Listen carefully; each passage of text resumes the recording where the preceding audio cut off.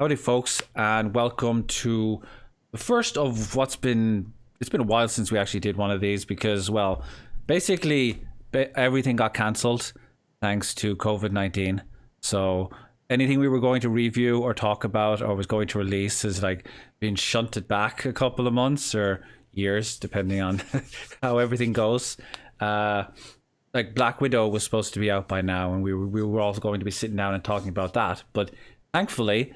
Considering I had to wait like 5 years for this damn game to come out, the Final Fantasy VII Remake decided to get released, and I have brought on two of the biggest fans in the world of Final Fantasy VII, people who absolutely adore this game and have nothing bad to say about it whatsoever, and that is a filthy fucking lie. How about you guys introduce yourselves? I will let Kel go first and tell us why he is on this show in particular.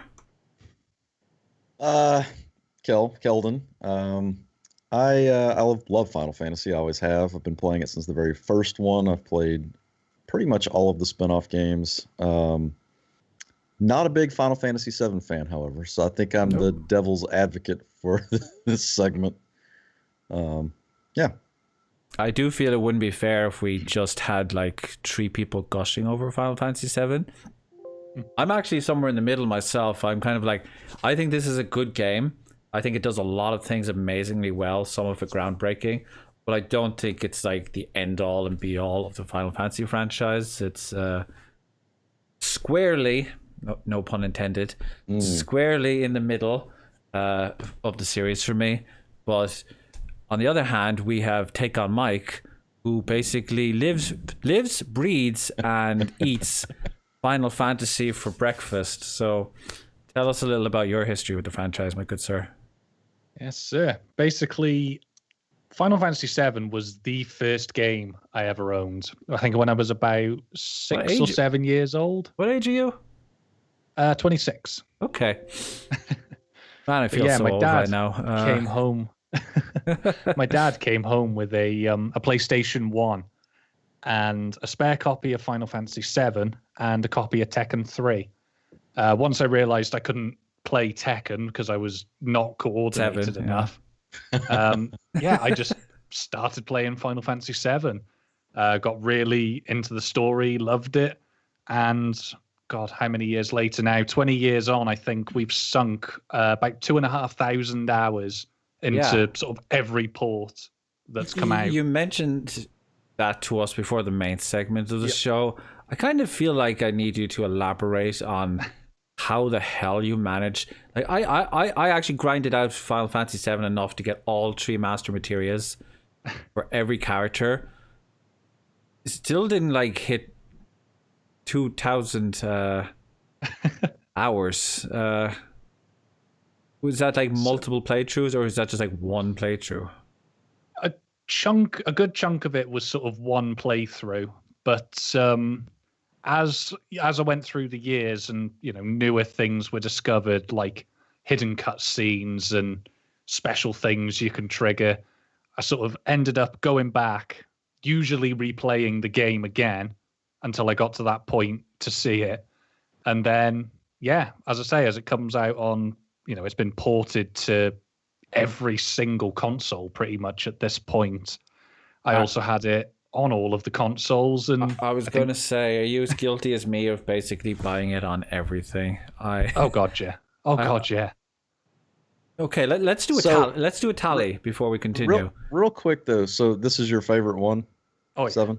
It's very nostalgic for me, as I say, being the first game I ever played. This proves a point that I've been trying to make for years now, that everyone's favorite Final Fantasy game tends to be the first one that they played. First was Final Fantasy VII.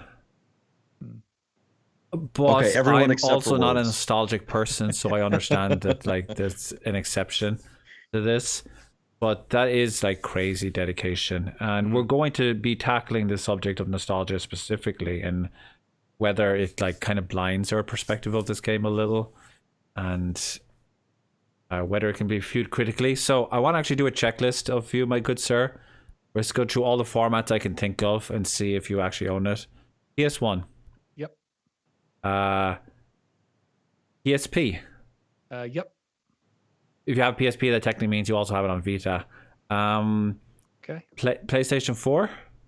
Yep. PC. Yep. Switch. Yep. Oh wow. Okay. Kind of surprised by that one. Mobile phone. No, don't have it on that one.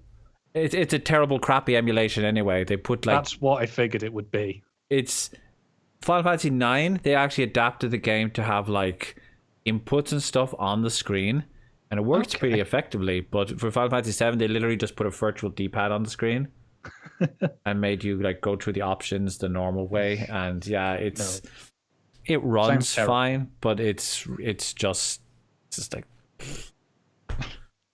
It's definitely the one version you don't need. You know my Chocobo hat well. My first introduction to Final Fantasy games was through Kingdom Hearts. The first Final Fantasy I played was 15. Wow. Going to guess you were a late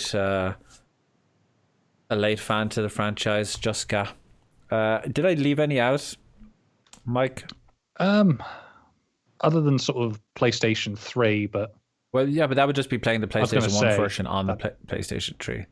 Oh no, there was a digital release on the PlayStation 3. You're right, So that still was just that was still just an emulator version, but it was a unique edition you could buy only on that hardware. So we've all played through the original series multiple times. We all know like the whole context of the story and everything that happens in this game, and like I feel like potentially some of that might actually cloud our judgment. No pun intended. Oof. That was entirely unintentional. By cloud or squall or rain. Okay, stop. I don't want to rain on this parade. I feel a lightning storm brewing. Sorry, had to get. Boy. I'm sorry. Just shoot me now with a gun blade and get it over with. Those things technically don't even shoot any bullets. It's like the most useless gun ever. It's like a gun that doesn't shoot bullets. So let's talk about why Final Fantasy VIII sucks. Well, that's a whole nother episode. It probably, yeah. We already went down that ground, Kheldhinn. So as I was saying, I feel like this, for many of us, might cloud our judgment of the new game going forward, because so much of it could be argued to be stuck on nostalgia and trying to win over people purely by revisiting the experiences that came before, basically. And I want to start with you, Mike, because again, you're hugely into this franchise and you have an attachment and a love to it that Kheldhinn doesn't. I'm sure he doesn't hate the game, but he does strongly view it as being kind of overrated. Would that be correct, Kel? Very, very strongly, yeah. And to you, this remake, even though it only covers like the first 5 hours of the original game, how do you feel it did in representing those 5 hours as a full experience? I mean, it was really good to have everything fleshed out. Certainly when I first played it, I didn't, without having much access to the internet, I didn't understand much of what was going on. It was only sort of 10 years ago I actually realized that what I was doing at the start of the game was terrorism. That was sort of, but yeah, it's nice in the new one that they sort of make a point of just explaining a bit more, and to people that maybe picking it up for the first time without knowledge of how the original game played, what was actually happening. I think it's a good sort of juxtaposition to put into the viewer's mind of, wait, are we actually the good guys? Are we, I kind of went off on a tangent. Eco-terrorists. They're like directly referred to eco-terrorists in this one. Yeah. And arguably they are. That was touched upon in the original, but only like Yeah, but only as a graze, not fleshed out like it not has a been. very. Yeah, It's only something Barrett brings up like 2 or 3 times after the main event of the story. And yeah, if I was to give this game credit for one thing, it's that some elements have been fleshed out beautifully. yeah, I think even Kel can agree on this one. Jesse, Biggs, and Wedge especially yeah. Gotcha. got a lot more relevance to the story than they did before. Yeah, Yeah, I mean, I have nothing bad to say about the cutscenes or the expansion of the story or fleshing out of characters and plot lines. I have nothing bad to say about that.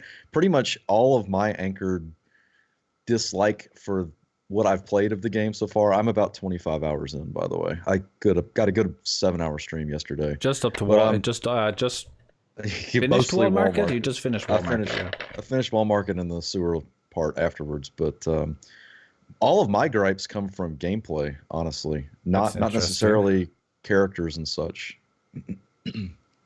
You're not a fan of the gameplay? I'm not a fan of some of the aspects that they used to extend the time and bloat out the need to sell 3 episodes of the game. No. Interesting. This is gonna be very different to how I like. My opinion is basically the exact opposite to what you just mentioned. Keep going. Keep elaborating. All right, just for example, the way they put side quests in really annoys me in the sense of an obligatory. Here's your main quest on a carrot on a stick. You go into an area that's a hub type city, which is very MMO-ish, and then you're smattered with a couple of side quests that really have no relevance to anything. And then you finish those up, and then you go back to the main story again. And they just don't, they feel like pieces that have been added in. They don't fit with the narrative at all. And it just kind of, I don't know, it loses a lot of focus. I wish I'd have been fine with them cutting half the side quests out and just going, just make it a 30-hour game. I'm fine. I've done the maths like on the side quests, and I think it's actually just 6 side quests for each major hub. That's even worse if there's an exact number every time. I'm pretty sure it's 6 in every hub. I haven't been counting. Well, it does change in Wall Market in that depending on what you do in Wall Market, you get a different set of quests. Yeah. So there is actually that. If you go back and repeat that chapter, you can get 6 specific quests, but it's always 6 quests. And the quests you do, especially in what's it called, in Tifa's, in the Sector 7 slums and in the Sector 5 slums, are actually impact on what happens in Wall Market. So the reason you got Ares Best Dress is because you did all the quests in the Sector 5 slums. I'm not sure if you were even aware of like what. Yeah, I know there's things that influence what dress you get, but again, it's a cosmetic thing. It just, I don't know. The side quests feel, and I know I'm not the only person that's complained about that. The side quests feel ultra tacked on just to expand gameplay time. I've seen a lot of people say similar things to that. How do you feel about that? Like, again, you're very nostalgic for this franchise, so there's a lot you're going to love here. But I assume, even for you, at least I hope, there's some things you probably feel weren't perfect or could have been done better. Side quests, definitely. As Kel quite rightly said, a lot of them did feel tacked on just to kind of bloat the hours up a little bit. Some of them, like the Colosseum in Wall Market, that was actually a very nice one. And the final boss, which I won't mention for spoiler reasons, it was nice that they sort of catered to the old, to the people like me that were, kind of expecting things like that to pop up. 100% agree with that. Yeah. A lot of them, I completely agree with the fleshed out fetch quests. The biggest example is the ones outside of Aerith's house in that area. They purposefully make you go into the scrapyard. You can't grab all the quests. You have to go out there, kill stuff, come back. You get another quest to go to the exact same area. You go do that, you come back, and then you get a third quest that takes you to the exact same area. But you can't pick them all up and do them all at once. That is unforgivable in this day and age. In fairness, though, design. it's not like a huge open world like, say, The Witcher. You're not traveling for like 20 minutes to get to a destination, so it is just like a quick saunter down the street to get to the quest, as opposed to like a mile-long trek on your horse. Which, to me, I wasn't bothered by the side quests at all. Rufus said this as well in the chat, that he thought they were fine. It's like, to me, okay, they weren't the most involved stories, and this is something I think everyone gets wrong when it comes to doing side content in any long game, is that you should make it part of the experience. It should flesh out the world, it should flesh out the people, and CD Projekt Red does a good job of it, and they always have. Yeah, but they're the pinnacle. They're literally the pinnacle of the entire franchise. It's like, just saying, if you always have silk, you'll never get to appreciate cotton. So can I mention this, because you already brought it up? My biggest thing that I laugh about in this remake is the fact that it plays very much like Final Fantasy XIII 1, in that you can see these open areas around you, but your path through the game is literally a hallway. I had a feeling you were going to bring this up, to the point where I already prepared an argument in order to tell you why you were wrong. Okay. But before I do, a bunch of people are saying some stuff in the chat. I was somewhat annoyed by the rat side quest in Chapter 3. The one where you have to kill some rats and then run around in the city before killing some more rats. I kind of feel like that was a deliberate, intentional poke at the like idea of like rats being the first thing you kill in any old school RPG, because they even say like, this is a lame quest. The game is fully aware of the fact that it's a lame quest, and I feel like it was really there just to give you an idea of like how to use Tifa and stuff. So doing the quest never bothered me. They were a side distraction. They weren't the main focus. I kind of just picked them off as I was doing other stuff. And Fixin' Beck says, if you love FF7, you're happy to spend as much time as you can in the world and with those characters. That's how I feel. That's how it probably was for TakeOnMe, I imagine. If it was any other game, I genuinely would have like just quit right there and then. It is only because it had the Final Fantasy VII badge that I did those side quests. But that's literally it. If that's the case, couldn't you argue then that it's a bad game? You probably could. You'd be wrong. If it wasn't for the nostalgia or the attachment to those people, you're saying you wouldn't have enjoyed it? I mean, not that I wouldn't have enjoyed it. Some of the quests I wouldn't have bothered with, purely, but again, because they are just glorified fetch quests. You know, again, Sector 5, going to hunt down children because the teachers lost them. You know, it is a glorified I disagree. 5-part. I disagree there, but I want to respond to what Kel said first. Here's the difference between Final Fantasy XIII and Final Fantasy VII Remake. The linearity of Final Fantasy XIII is only one of many major problems. It's a cumulative build-up of numerous issues that make the whole package largely dreadful. Final Fantasy XIII is not without its redeeming qualities. The combat can be fun. In a very limited, there's only one way to really approach any of this kind of way. Final Fantasy XIII does not have good characters. For the most part. For the most part. Fang is cool, and everyone loves her just because of her New Zealand accent. Let's be honest. And her costume. Saz is awesome. Everyone else can go jump off a cliff. Oh, come on. People compare Lightning and Cloud all the time, so how can you like Cloud and not like Lightning? Because you said yourself that Cloud is not Lightning. Well, I do, but if you ask 30 people who all hated Final Fantasy 13 what they hate about the game, I would be I would tell you that all astonished. 30 of them are wrong. No.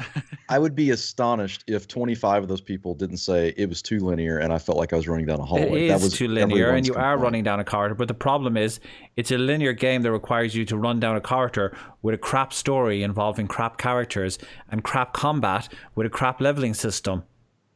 You see the difference? That they ripped out and put in Final Fantasy VII Remake for the weapon upgrades. But that's peripheral to the. That's peripheral. Okay, what customization do you have in Final Fantasy 13? You don't have the depth of variation that you do with materia, where like your entire approach to fights can be completely altered depending on having one piece of materia on one character can be like the defining difference in an entire fight. It could be the difference between taking 10 minutes to take down an enemy and 2, because the abilities are like working together effectively. Like using barrier is super powerful in this game, and making sure the Ares is placed in the right place on the battlefield to throw out multiple spells to stun enemies quickly. And again, Final Fantasy VII has fantastic characters, which you don't agree with. I don't think there's a single weak character in Final Fantasy VII.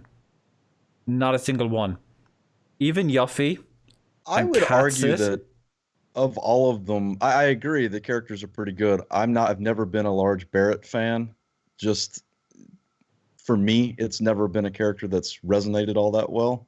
I wish I could disagree with you, but I think it wasn't you I discussed this with. Was this I discussed with you, Mike, or was it someone else on Twitter? That part of why these characters have stuck around is because why these characters have resonated so much more than any other franchise is just because of like how much is going on under the surface with them. Yeah, and it was you, yes. And I was talking about why Catsit is actually one of the best characters that people hate, because there is much more to him than just being a dorky, annoying robot with a Scottish accent. Which I don't want to spoil. We won't get into why specifically because that would spoil stuff. I guess I was just pointing out that with all the hate that 13 got for the linearity and the look of the maps not being very wide open compared to a lot of earlier entries in the franchise, the look of the maps in 7 Remake remind me very much of the same exact. You can go places though that you don't have to go. There are optional areas. I'm not saying it's exactly like 13. I'm just saying it does. There's so many aspects in this remake that they've pulled from other games. The weapon upgrade system being one. The UI was ripped right from 15, 100,000%. But this game's undeniably running on this similar engine. It's a remake, but it's hard for me to call it a full-on remake when a lot of the resources went to just basically salvaging stuff 15. from other games they've already done. You know, and that's not a negative. I'm not saying that in a negative sense because that's just actually Square being smart about time management for once, which is rare. This game only took them 5 years to make. It's not 10, as opposed to like 10 years. With Final Fantasy versus 13. I think the one thing people tend to forget as well is that Final Fantasy VII, up until Midgar, was actually quite linear. It's only once you sort of get into the world map and sort of through the caves, you do have that sort of open option. By the caves, you mean I can't remember which Mitchell caves in FF7? Yes. That's after. But that's what, like 15-ish hours? How long would you say it takes? No, that's if you include 6, Cam, 7. It's only like 6 or 7 if you include Cam and Midgar. Yeah. Right. But they've extended that out to almost a 40-ish hour experience with all the other content they put in. I've seen people just easily get 50 hours out of this game, and that's without doing everything. Any of you guys know? I'm sure you probably know a Maximilian dude. Yep. Yes. Huge Final Fantasy VII fan. He clocked up like 55 hours in the whole game. Streamed the whole bloody lot of it too. Fair juice to him. in like a week. He only finished it today, and I was actually sitting down watching a lot of his discussions about it, which has actually kind of changed my perspective on the ending, which we are going to get to eventually. That's a good while off yet, but how do you feel about the combat, Kel? Since we're talking about the combat, do you this is a radically different game than the original from a pure gameplay perspective. I understand that Square doesn't want to take on turn-based combat anymore. They've moved that a long way from that for a long time now. And I'm a huge turn-based person. I especially as a streamer, it's so much easier to stream turn-based combat than it is to stream real time. Because you can actually like stop for a few seconds. Yeah, exactly. I don't dislike the combat in the game. I think it looks great. A lot of times it feels great. My biggest issue, which I was discussing with you on stream the other day, was the fact that they dumbed the AI down in your partners in order to force you into switching to use them to their fullest. And I understand it. I just never can condone the practice of making AI worse to accomplish fitting your combat in correctly. Surprise, I completely disagree. How do you feel about the combat, Mike? You see, this is one of the things where I'm actually fairly 50-50 on it. Interesting. I love the fluidity of it.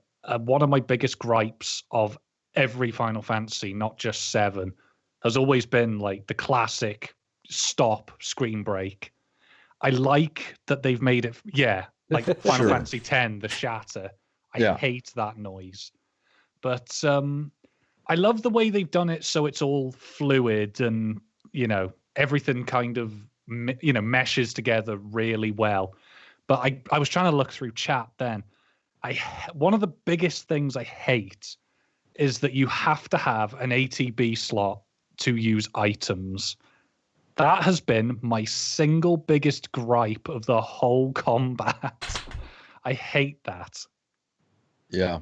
An item should just be a one and done. A one and done. You can use them all the time, every time.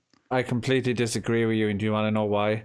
Because they did that in Final Fantasy 15 and it completely fucking broke the game. Yeah, it did. Allowing you to just, anytime you got hit, you could use an item, and you were completely invincible, by the way. For some stupid, dumbass reason, they basically made you invincible while you're using an item. But they did have an interesting system in 15 to kind of balance that with the fact that your hit points as you lost them would not recover past a certain point without a more expensive item. Yeah, but you could just buy more of that expensive item. It really wasn't difficult. It wasn't difficult. 90% of these fights in this game, you were either pressing square, pressing circle, or using a potion, and there was no depth to it. By putting items on the ATB gauge, it means you actually need to strategize as to what do I need to do. There's still technically a turn-based element, and to me, this is what makes this game, the gameplay. I think the gameplay in this is perfect. I have no problems with it whatsoever. If you hadn't done that with the potions, there would have been no challenge whatsoever. There would be no challenge because you take damage in this game and you have to think, am I going to weaken the enemy or am I going to recover myself? Am I going to take that risk? Am I going to hold off for a few more seconds? Would that give the enemy a chance to pull out another really powerful attack? Or will I get the opportunity to stun him because he's vulnerable to a stagger phase while he's doing like a particular move?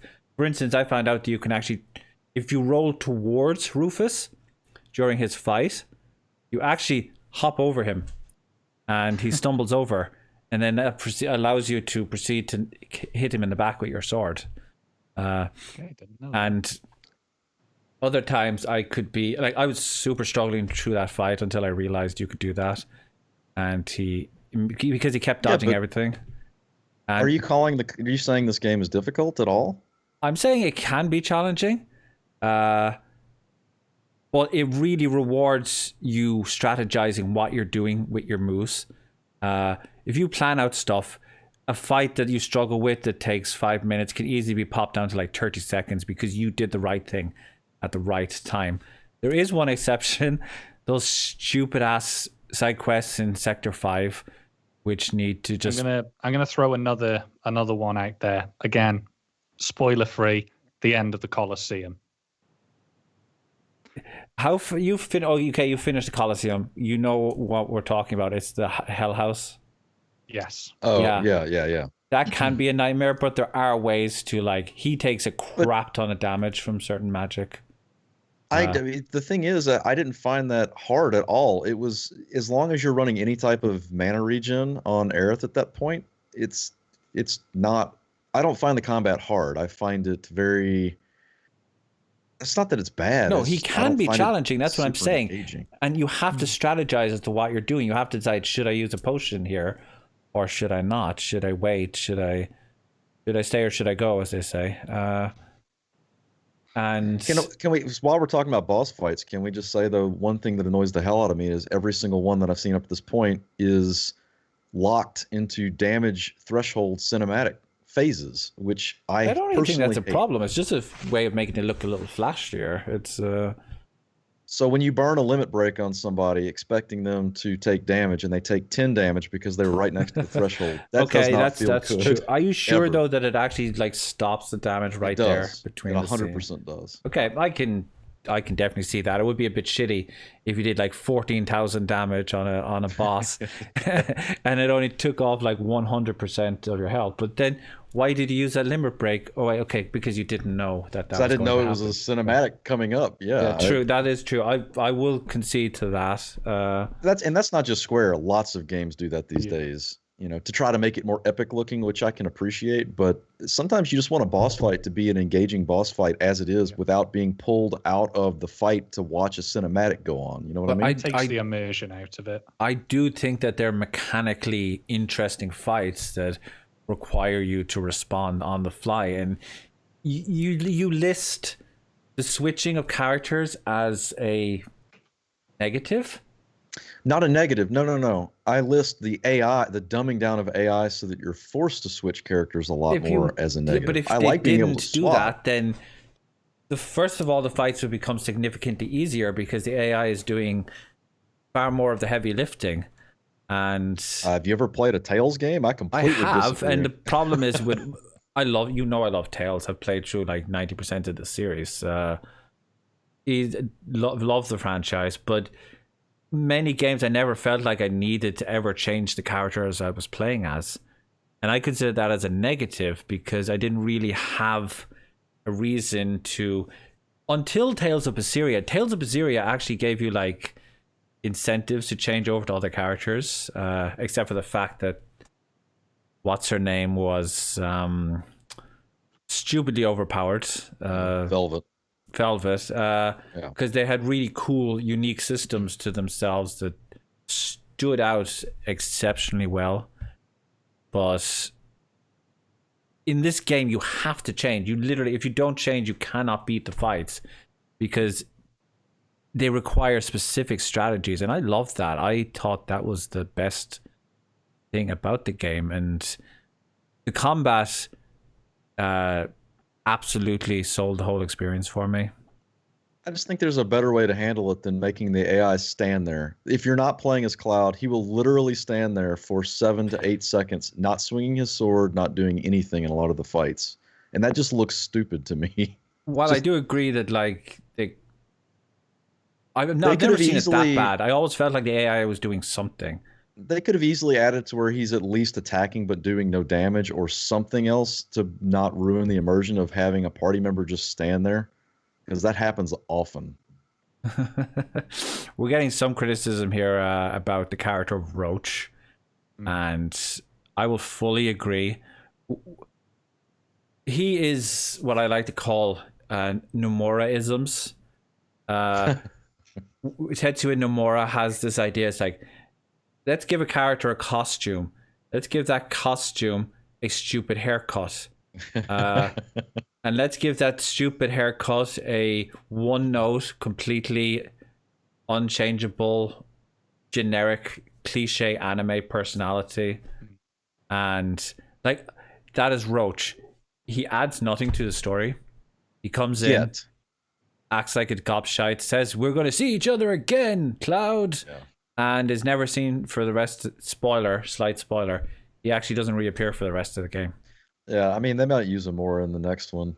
I did like that whole sequence, though. I will say it was a cool sequence before he comes into it. It's kind of like any scene with lightning in it. It looks cool, but it completely lacks any substance whatsoever. It had substance. It had Jesse. That's all the substance it needed. Just give me more Jesse, and I'll be perfectly happy. Final Fantasy VII will become his favorite game. It will. Exactly. Let's talk about Jesse for a minute, because as we said earlier, the improvements to the characters that already did exist is one of the redeeming qualities of this. And Jess, did you know that they reveal her surname? Yes, in one of the ID badges. Do you want to know what it is? I saw it, but I can't remember it off the top of my head. It's Jesse Raspberry. Raspberry, yeah. We had a conversation because I actually know a person whose last name is Raspberry. I think I'm going to start calling her Thirsty Raspberry from now on. Jesse is an interesting character. As a fan of Lynn Beck, I'd like to hear from you. Like, what is about Jesse in this game? Did you enjoy her? You did enjoy her, right? Correct, Cal? Yeah.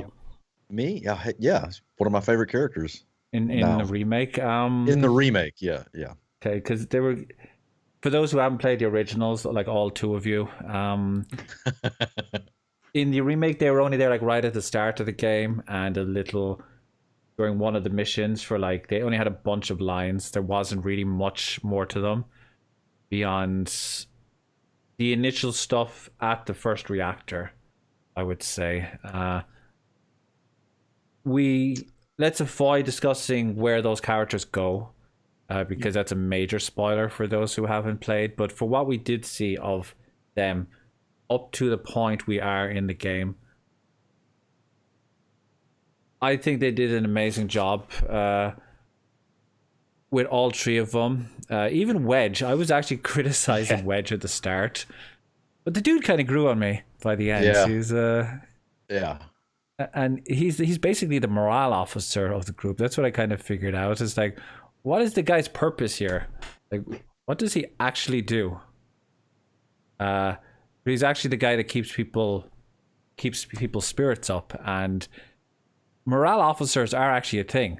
It's literally a person whose entire job is just to ensure that everyone is keeping a positive mindset. And to me, that's basically the role that Wedge ended up having.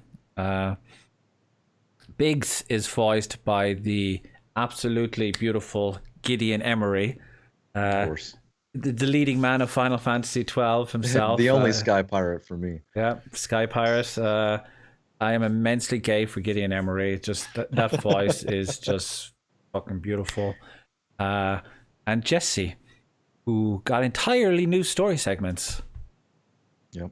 I'd like to let you handle that one, Kel. Tell us a little about what you felt about those scenes, and I can they're only completely imagine. new to this game.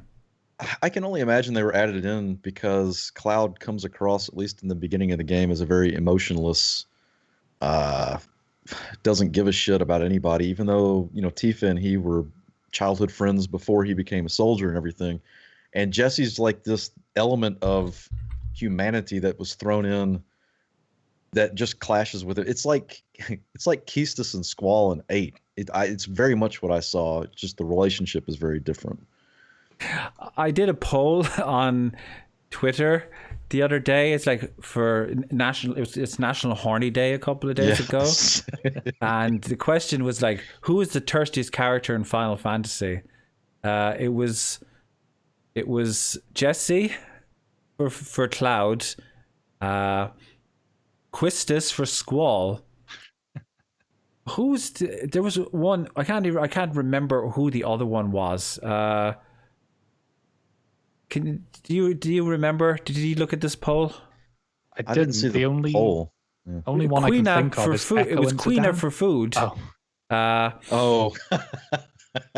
And one more who, for some bloody reason, I suddenly can't remember. Who I mean, in Final Zidane- Fantasy is really thirsty? Zidane was pretty hot and heavy for Dagger, just saying.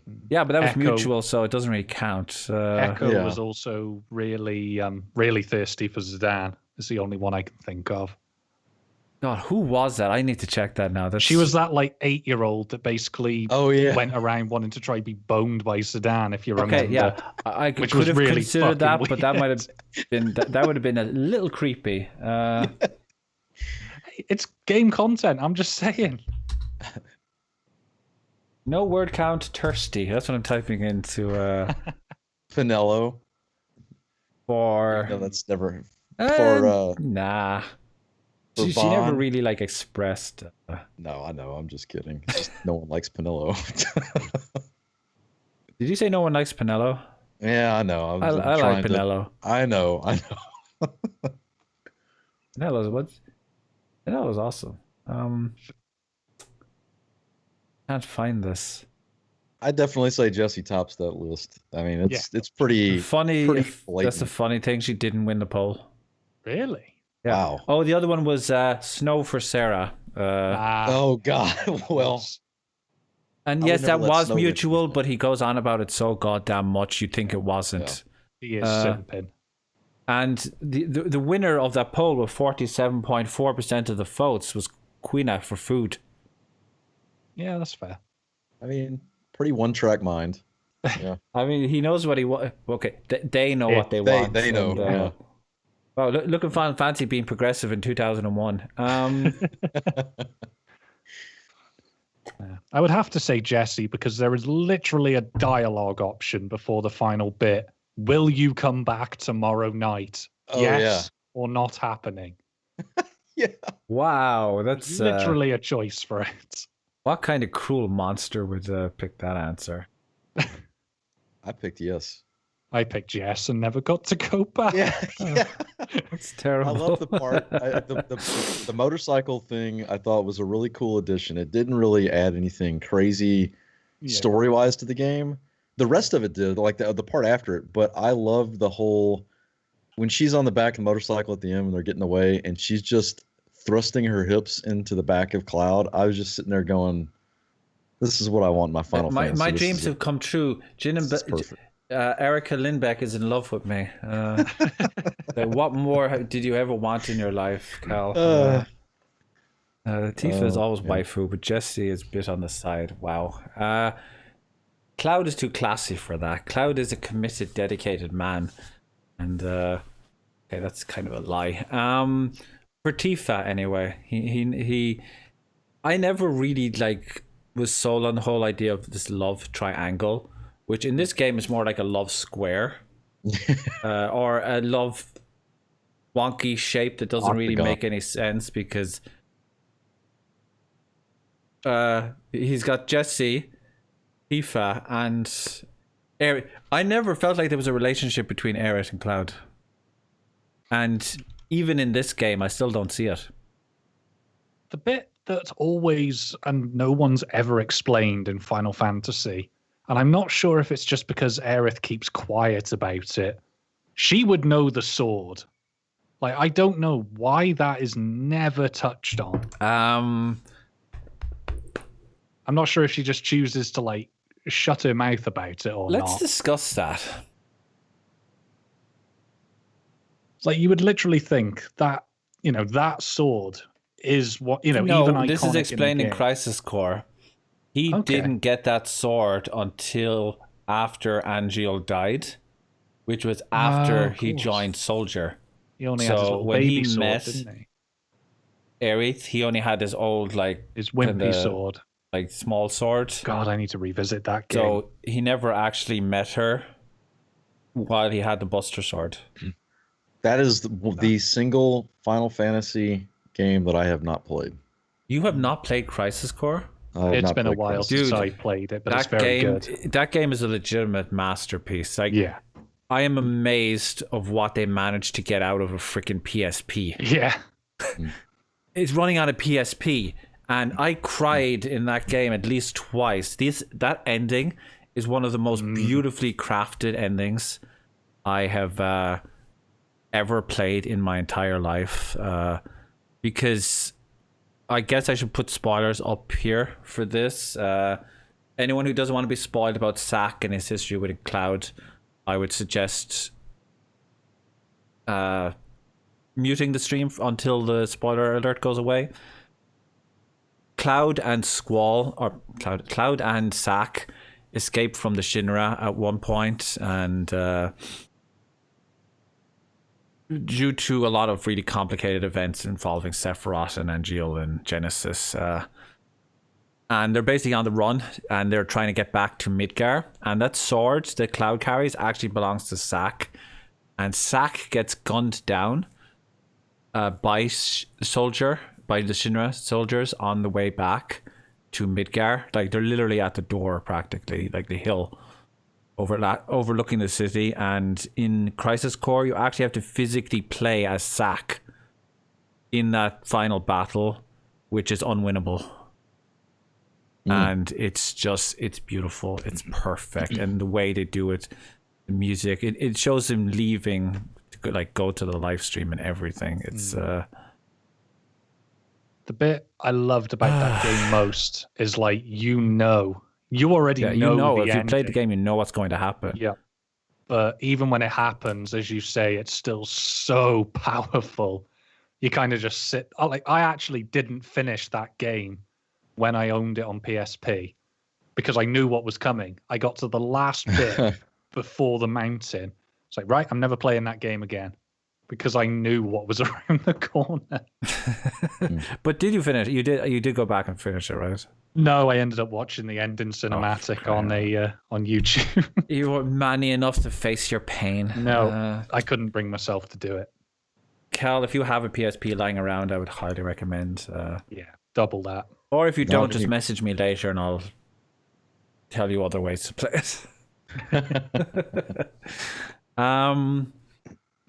Getting back to Final Fantasy VII, moving on from Jessica Lindbeck. I'm trying to think if there's anything else we haven't covered. Do you think it did a faithful job of recapturing the original up to the point you've gotten to? Do you think it failed in any way?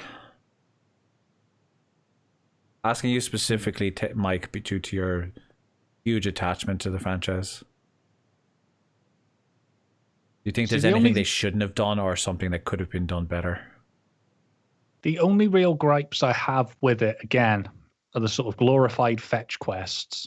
And I'm not sure if this was because, again, I had it 8 days early, but some textures didn't load in properly. That's literally my only gripe with the game.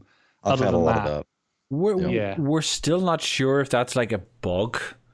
Or just... This is why... It makes no sense that they would be that low, because if you know like anything about how like computer like graphics work, there's a thing called LOD, and it reduces the complexity of a object shape and like the resolution of the texture the further you are away from it, so that it's using less resources and only the textures close to you are of a high resolution.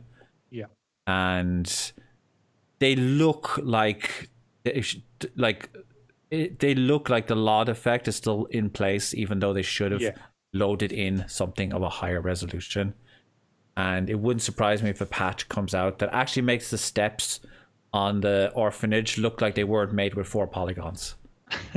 Well, it's so shockingly weird. When I streamed the first part of the game, the opening on, there's the scene after, you know, the reactor blows up and you're going through and everything's on fire and all the civilians are complaining and scared or whatever, and you climb up this ladder and you can look back down from where you came and you can still see the NPCs moving in the distance, and it looks beautiful. Everything about the scene looks amazing.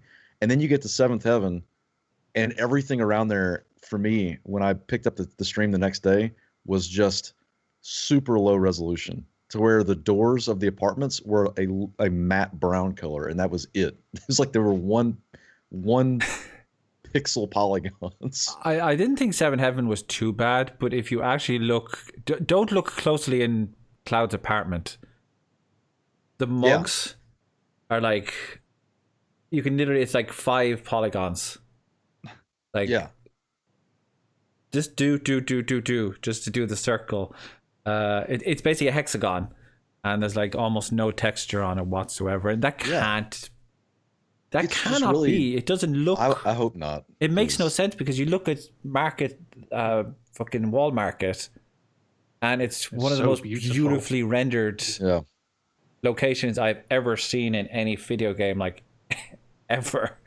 That's why I gave it the benefit of the doubt on that one, because it's like the rest of it is so stunning that this cannot be the way it is. Yeah, or maybe they just ran out of time and just could not make the textures. It's very possible. It is Square.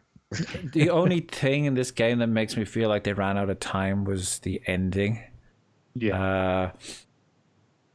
Because I actually think that they put too much in this game. This is one criticism I actually surprised you guys haven't mentioned. I feel like some sections were dragged out a little too long.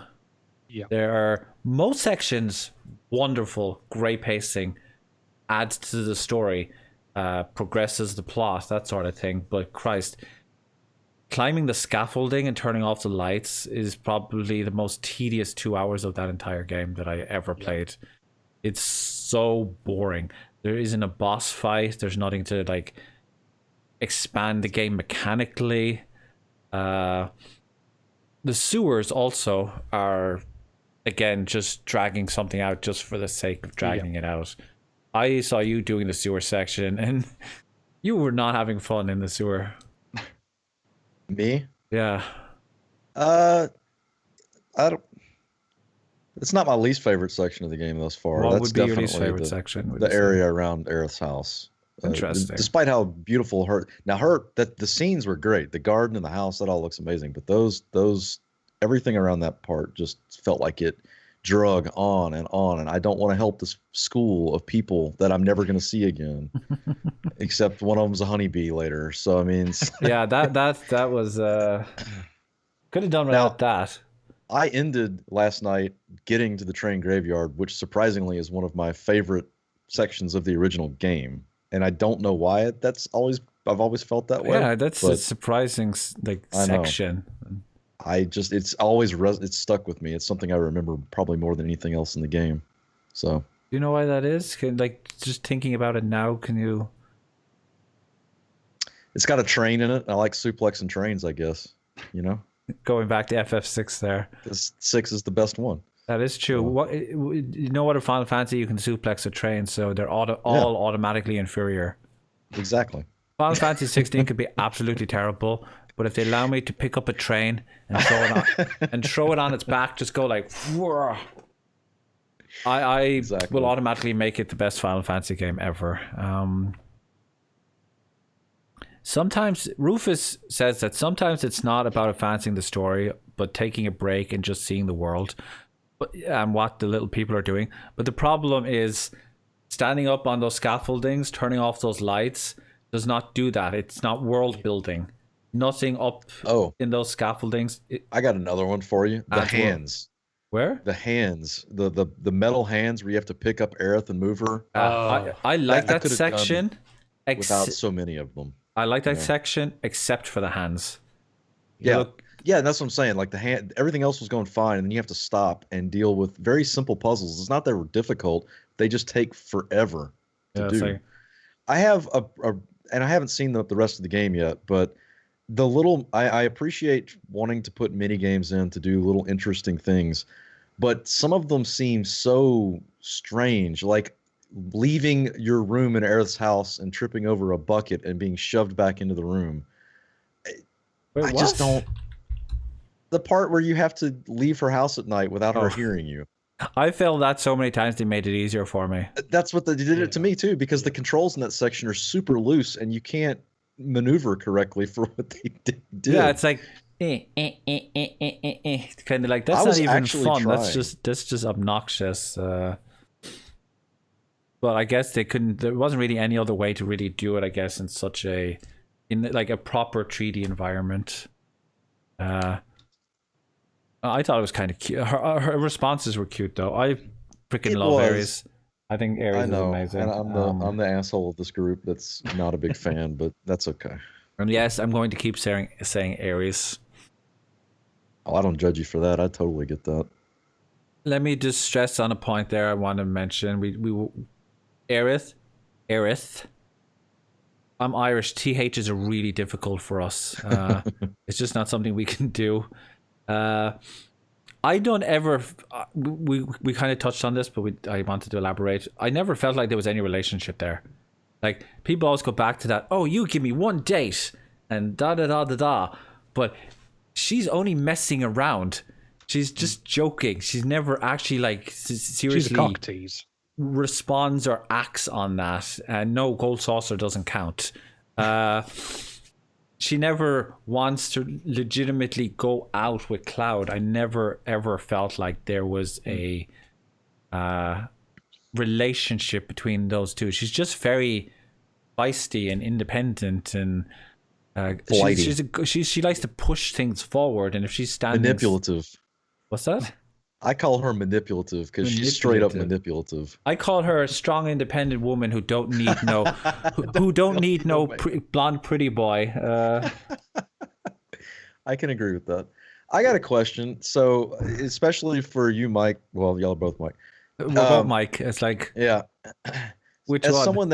As someone that loved the original game more than anything else, you've got characters that have been given voices now. How did you feel about the voice cast that they chose? And specifically the fact that they changed them from the compilation. Yeah. I'm talking about compared to the original game with, yeah. I actually really did think they cast the voices so well. It was like, if I could have the two games side by side and I was doing each part, again, side by side, and sort of watching the original with the text just popping up, but voiced over by this game's cast. Honestly, I wasn't even mad. I was so happy.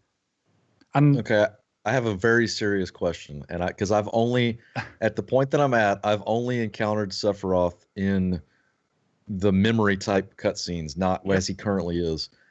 Does it get any better? Because I'm not a big fan of the voice that he has in the first 15 hours of the game. See, you're asking a very biased man, because Sephiroth was never designed to be the big hardy villain. He was always designed to be the soft but efficient soldier. Yeah, he's as I mentioned to someone earlier. Have a darker voice though. Not asking for like the flamboyancy, but this Sephiroth has basically ascended beyond the concept of emotion. Emotion doesn't mean anything to him anymore, and has not for many years, ever since he found out like his history. And he's supposed to be completely flat and monotone, other than that like slight hint of ego. And like to say, there's the ego, and then there's the sinister tones. It's like unless he's pushing you, he just doesn't care. As someone who loves flat, emotionless voices, let's look at who we've named that I love, Lightning and everything. I don't know. I was expecting. He sounds too.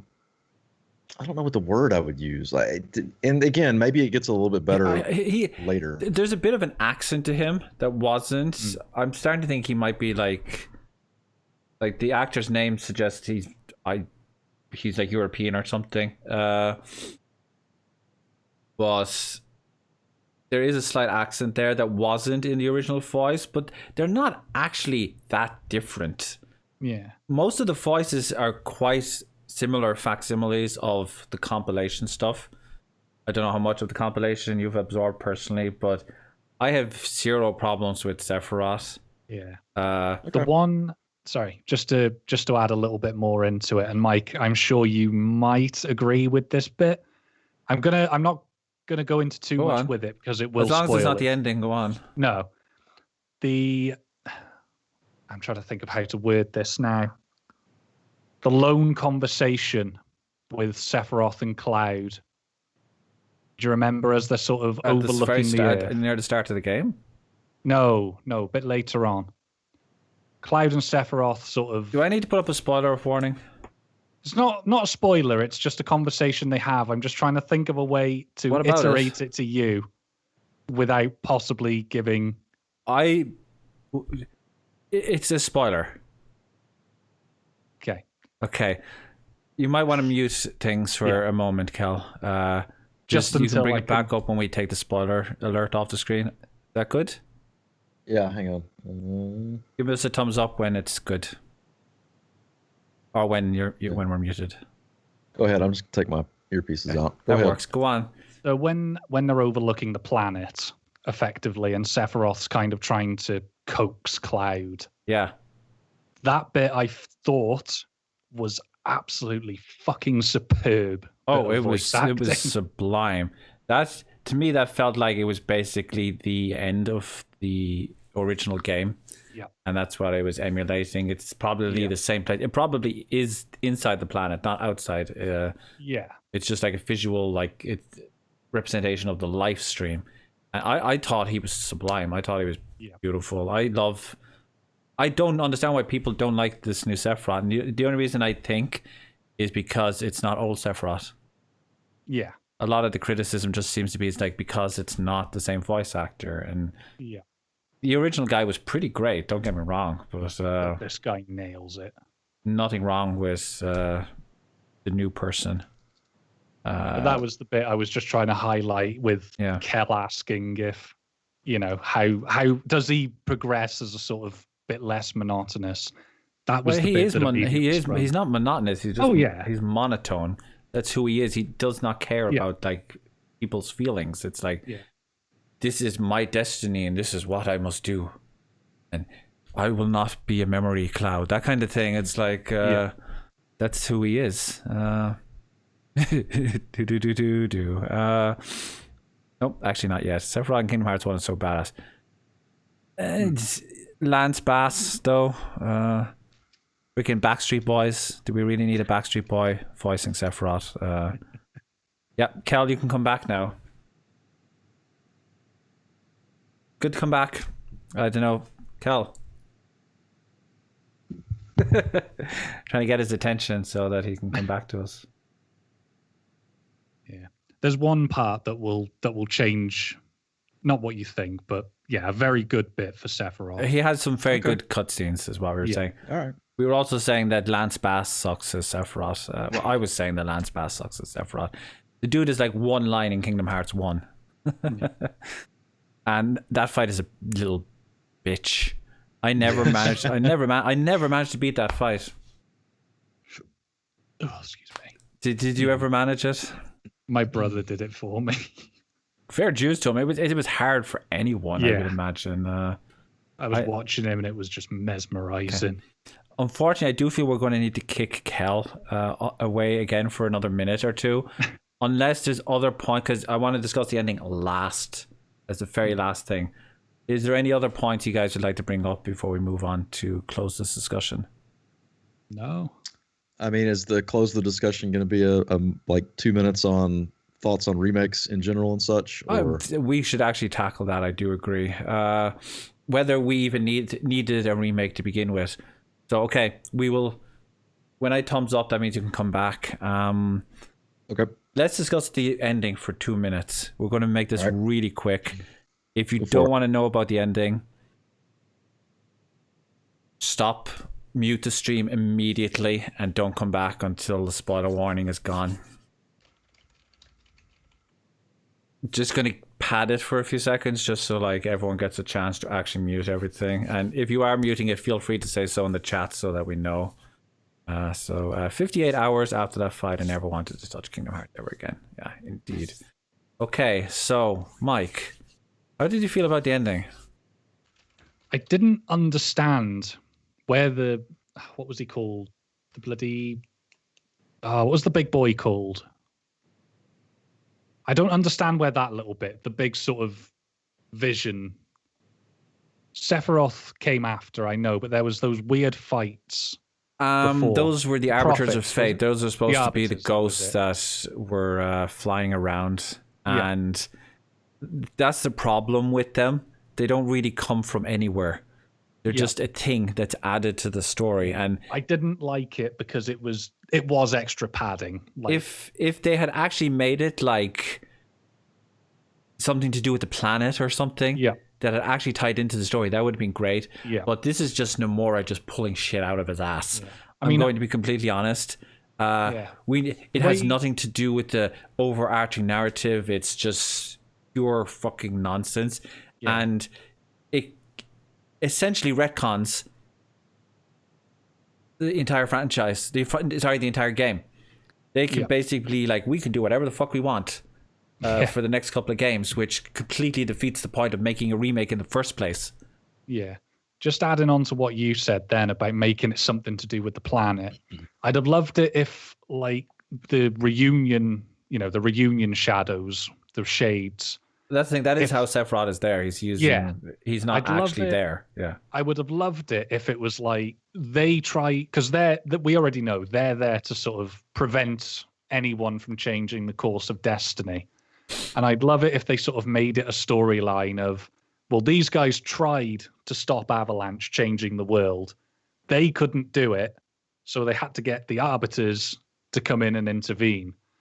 If I recall correctly, there's some line where Ares says something along the lines of like, "Oh, Sephiroth is lying about a bigger threat" or something. I don't remember specifically where it was or when it was said. I think it was just before they entered that world, wasn't it? Here's what I think. This might be redeemable. This might not just be a cheap cop-out to change the story. Like, they want to give people... If they do this, I will be like, cool. If they don't, I'll be like, I'm done. They want to give you hope that you can save Aerith. Yes. Because Aerith dies at the end of Disc 1. One of the most tragic gaming events. The problem is, everyone knows. Yeah. Everybody knows that that's going to happen. So they want to redefine the story so that you're actually thinking, oh my god, Zack's actually alive, and oh my god, Aerith could be saved, only to pull the rug out from under your feet and have it happen anyway. And they're going to like try their damnedest. Sephiroth said something like 7 seconds, and that's like the exact... That was the scene I was hinting at before. That's the exact time it takes to... for him to kill Aerith, and Cloud could have acted in those 7 seconds. The question is, will he? My hope is that they might like move around the events a little, but still ultimately keep the story going in the right direction. I mean, if they change the story, I'm out. Yeah, as much as I love her, and I still cry to this day when I see that scene. Yeah, she needs to. It is the single most important act. It's the whole foundation of the narrative. Like, you take away those elements. That's why the Arbiters don't work, because they don't fit into the grander narrative. They're just a thing, and that's a bullshit Nomura-ism where he just throws shit at the fan and just expects you to accept that there's shit all over your face now, and just you need to enjoy the shit I'm throwing at you. It's like, even if it's crap, it's like, excuse my language, when I that's when the cursing comes out, when I get upset about, not upset but passionate about something. And don't screw this up, Square. Please don't screw this up. I'm just looking up Jesse's scenes. Are we done discussing this? I mean, the only thing I will say, just to add on to it finally, is I loved that they added a Sephiroth fight, and we did get so much Sephiroth early on. I actually think it was a little bit too much. Like, again, he is my favorite villain of all time, but you are not even supposed to know. Like, you get the hint that he's alive sort of at the Shinra Tower in the original. It's like, oh, his sword's there. But you don't truly know that he's alive until, where was it? Called Temple of the Ancients. Technically, you know he's still out there at the Shinra Mansion because he stabs what's his face in the back, President Shinra, but you don't see him until the Temple of the Ancients. You don't actually. That was always the thing in the original, wasn't it? It's like Cloud recognized the sword. He knew where the sword came from. They were intentionally hunting him down. They were intentionally trying to find him, but yeah. that's That's only the when thing. they... It's like you never know again until Temple of the Ancients. It's like, yes, we are hunting Sephiroth, but we don't know if we're finding Sephiroth on the other side. Craig says, I'm 100% real. I'm amazed how I'm interested in our conversation, even though I've never played an FF. Well, I guess that means we're doing something right on this show. Yep. Craig, thank you very much. Appreciate that. Shall we move on? Yep, I think we're done. You can come back now, Kel. You can stop looking at your waifu. Waifu for lifeu. Too busy looking at pictures of Jesse. Hey, there we go. Pictures of Jesse, yeah. Totally with the safe search turned on, I'm sure. Oh, wait, he wasn't supposed to hear that. Yeah, you could probably guess from my dramatic movements how I felt about everything I just discussed. You were in for a very interesting time with that ending. Yes. And I'm very interested in seeing how it turns out. Please, when you're done with it, message me. Let me know what you thought of the ending. Please. Will do. I mean, it should be this week at some point, I hope. Awesome. The game is longer than you'd think. Like, you're only like halfway through it, I think. There's 18 chapters, so... I work from home this week, so...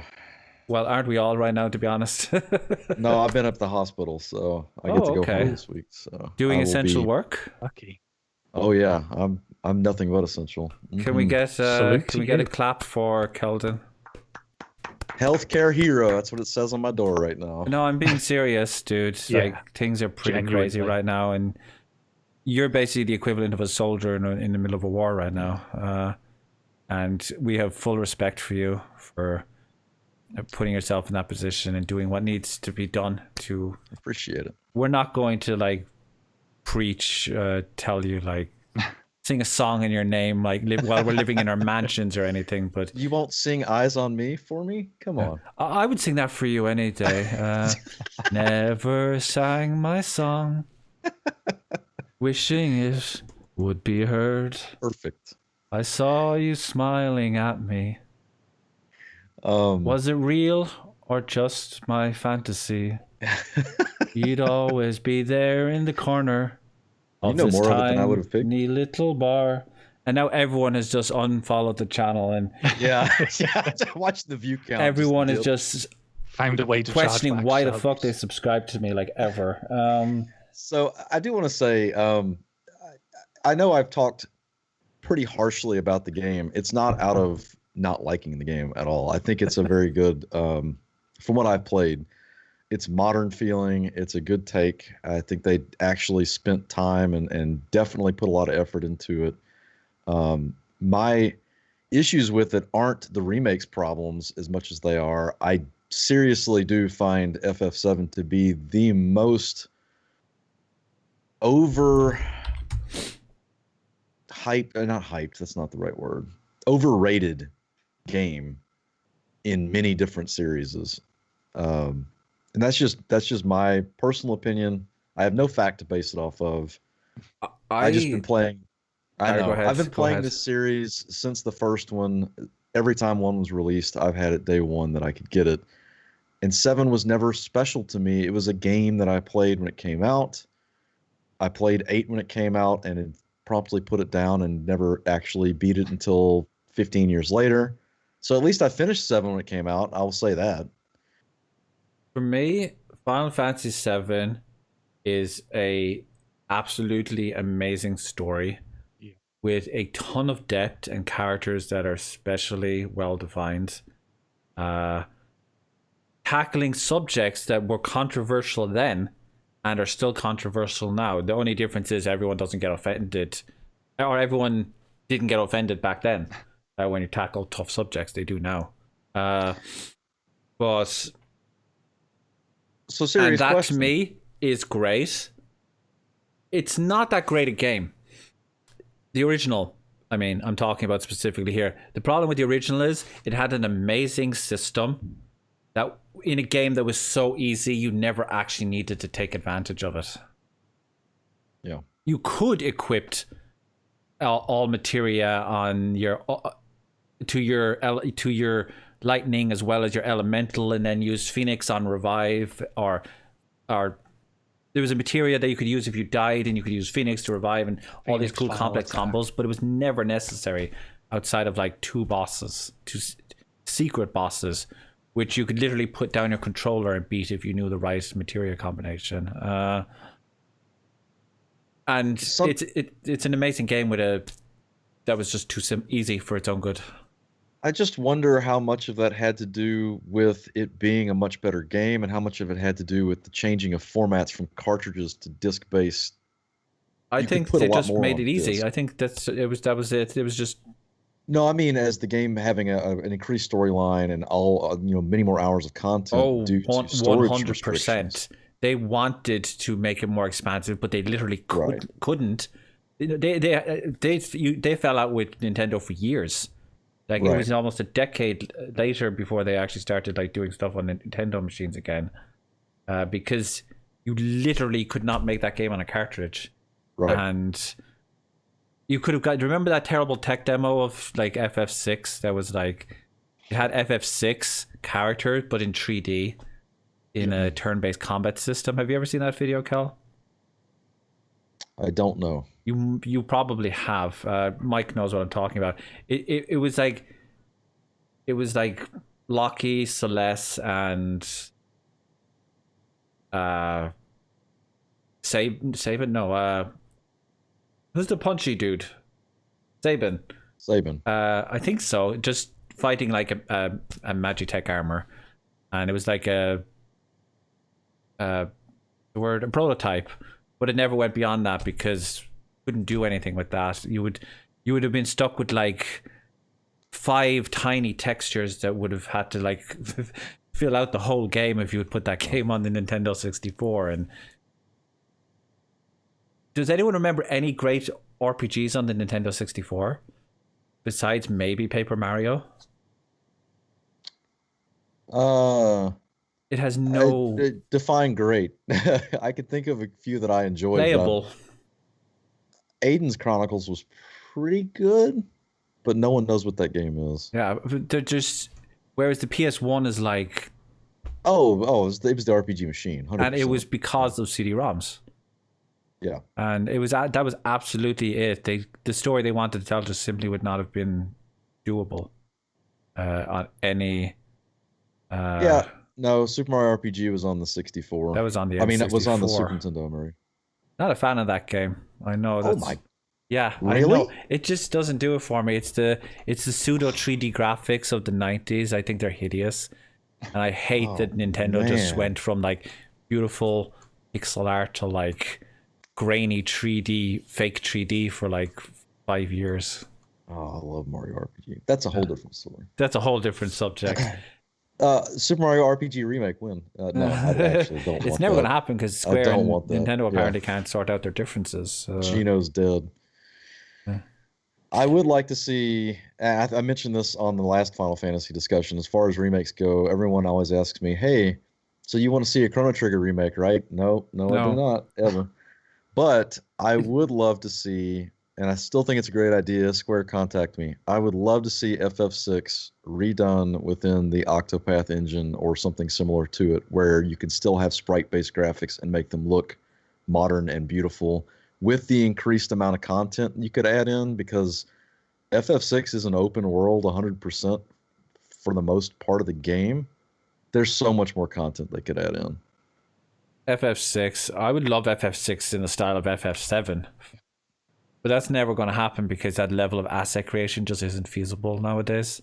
Well, that's what I'm saying, though. Like, that's why you put it in the Octopath engine. Yeah, that would be phenomenal. And Square, I feel, has been more receptive to input in the last couple of years than they used to be. Like, I feel like they actually do listen in a way they didn't before. Like, for a long while there, it was just, we're going to do whatever we want and fuck you guys. But now it actually feels like they're actually trying to go beyond just making more Final Fantasies, and actually they're coming out with a lot of new franchises, just like they did in the 90s. Oninaki, Octopath Traveler, Setsuna. They might not all be hits, but at least they're trying, and that's Yeah, but that was, I mean, Square's publishing some of those, but they didn't have anything to do Yeah, with but that. there's Was the still Tokyo RPG the company or fact whatever. that they're allowing it to happen is great in itself. And if they get on a hit, Bravely Default, if that works, then they can. I really hope 2 is good. Yeah, they can continue to nurture new, different ideas, which is what, to me, Square of the 90s was all about. And you need to keep nurturing ideas, or you become so incredibly stagnant that you create a game like Final Fantasy 15. Well, and the other part to that is though, they've done a lot of re-releases in the last 5 years. Some of the games that they have re-released or remastered, I've scratched my head over because they weren't ever games that people loved in the first place, and I don't know.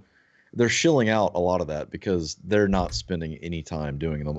The perfect example was Last Remnant.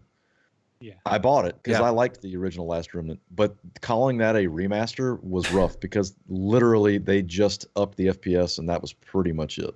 Yeah, it was essentially the PC version. Yeah. Brought to consoles, and they actually, if I remember correctly, they actually got rid of the PC version. Yeah, they did. Yeah, you can't buy They the sure PC did. version anymore. It's like, oof. Yep. But I don't really care about them re-releasing their old games on new hardware. You don't have to buy them, and it's not costing anything. It's costing very little, like financially. I'm sure. Don't get me wrong. There's people working hard to make those games work, but it's a Right. skeleton crew. It's a very small crew of people. It's not like the 20-minute credit sequences of Final Fantasy VII Remake or anything like that. But here's the most important question I want to ask before we end this discussion. Did we even need this remake in the first place? Do we need all these remakes? I saw a meme yesterday which was like, what games are big this year? Doom, Animal Crossing, Final Fantasy VII, and Resident Evil. And he's like, oh, cool, we landed in the 90s. Yeah. Yeah. Do we need all these remakes? Do we need them? Do they need... Did this have to happen? Did this game need to be made? What you guys were saying before about the limitations of the Nintendo 64, I feel it was the same way for the PlayStation 1. If you do even just a little bit of research, there was a lot of cut content from the final game of Final Fantasy VII. And I think if they play it right, it's too early to say, but if they can do it right and they've got most of the original team from the original game. So they're going to stick fairly true to the story, I hope. But at the same time, they do need to explain a lot of the backstory. I think a remake of Final Fantasy is a good way to do that. I think the way they've approached like Cloud's flashbacks and stuff, they've actually done a good job with that in 7 because they're pacing it out throughout the story instead of like just having an exposition dump in Cam. Yeah. I don't think we're even going to touch Cam. I think we're just going to skip right past over that and go straight Maybe actually just go there for a night. Just go straight to the continue, caves, and that will allow us to just skip on like to Junin, basically. Yeah. Really quickly. I agree for the most part. I think as long as you handle it in the correct way, it's fine. And in fact, it's to be... If you can't come up with new original ideas that are worth a shit, then at least you can expand upon older ones that actually were good when they came out, because it's very tough to play. I am a very anti-nostalgia kind of individual. I like this game, but not because it's revisiting something I'm familiar with. It's because I feel like gameplay-wise, it's a very good game Holds up to itself. with a very good narrative that still holds up after all these years. It's more relevant now than it was 25 years ago. President Shinra is basically Donald Trump. The issues of climate change and affecting our planet are more relevant now. Like people getting sick from everything that's happening to the world is more true now than it was back then. People living in overcrowded slums because people who are rich are taking all the wealth and leaving nothing for everybody else. Again, countries like China and America know exactly what that's like. So that game is more relevant now from a narrative point than it was back then, and that's why it's sticking with people in a way that shonen fantasy of Final Fantasy VIII and the boy band idea of 15 won't. Well, I mean, that 15's a good example of why I'd rather see remake than 15 ever again. You know, but I'm just sick of going back to the same. Am I being cynical, or are people just not as imaginative? And there's always this risk as you get older that you think like, oh, the grass was greener back in the day.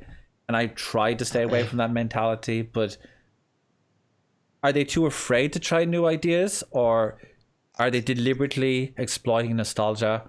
Look, it all goes back to the money. It all goes back to the money. And you have, especially with the Japanese developers, they don't like to take chances when it comes to their video game releases. They're very set in their ways. They always have. But it's those been. chances that have been like the huge successes. Yakuza was a Sure. risk.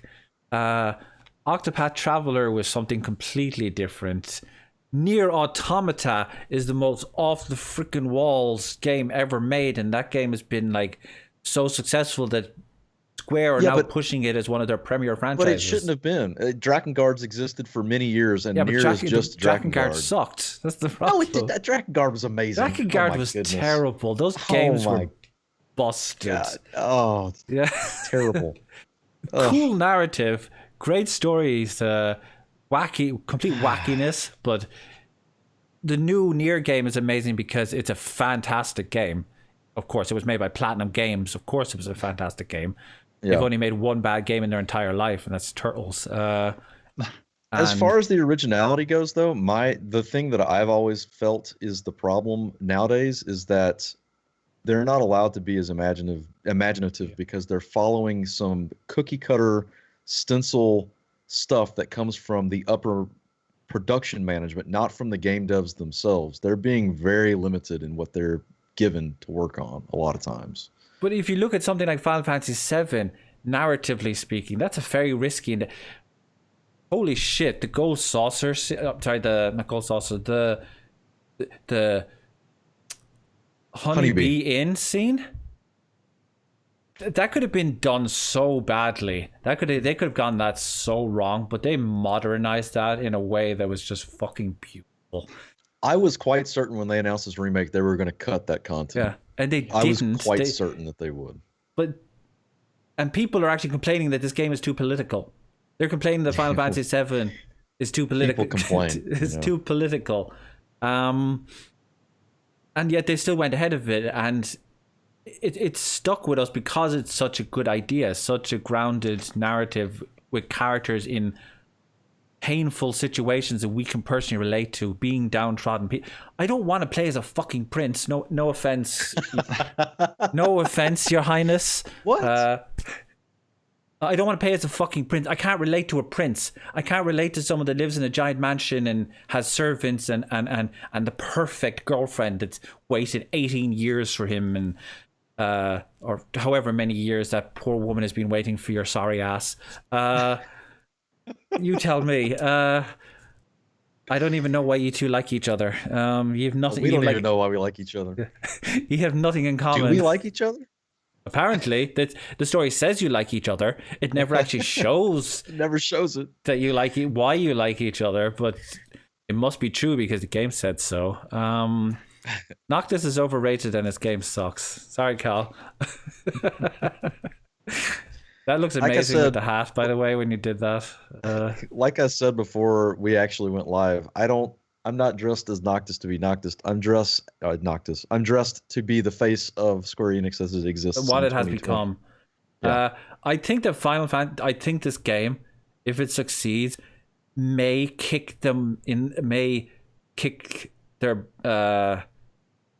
give their butts the shove that they need to maybe try ideas that are a little more experimental, a little different. They've lost their no, I wouldn't say their passion, because there's clearly very talented people at the company.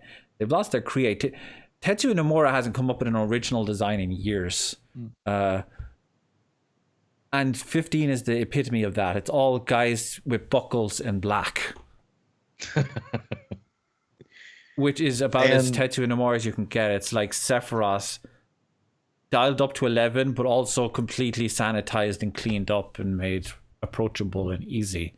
And Final Fantasy VII isn't necessarily approachable and easily. It's got difficult subjects. It's got a huge LGBT representation in one of its chapters that literally says the notion of gender does not apply. It doesn't matter. Yeah. You're beautiful exactly the way you are. And the whole Straight LGBT up. community has embraced that. And this is going on longer than I expected. I didn't expect to get so passionate about this. Can I talk about Cloud for a second? This was hinted at in the original game that he has PTSD from the experiences that he went through. PTSD is something I have personal experience with, and I am very appreciative of this game for handling it in such a respectful manner. It's not something I see people talk about, like this scene right here. Just dealing with these old memories that you like can't let go of, and how they emotionally, physically affect you. You fear of the reason Cloud is afraid of attachment is because he's afraid that he's never actually going to live up to the expectations of what people give him, and that's a big thing with like PTSD. You keep your distance because you're afraid that like the bad stuff is going to happen again. And this Cloud went through some serious shit. And he never was the person that people thought he was, which is what's ultimately sad about him. And I respect that they've treated that subject, because it wasn't really understood in the 90s the way it is now. And my hats go off to Square for that. I'm done ranting now. I kind of wanted just to get that one out. People too much weight in the symbols we carry. That's an interesting comment. Kaldrick. Any more thoughts, you guys? Sorry, I totally went off there. No, I mean, would you have cared if they hadn't made this? Do you think, should they have made this? To be honest, I'd have always longed for it. I would have always longed for it.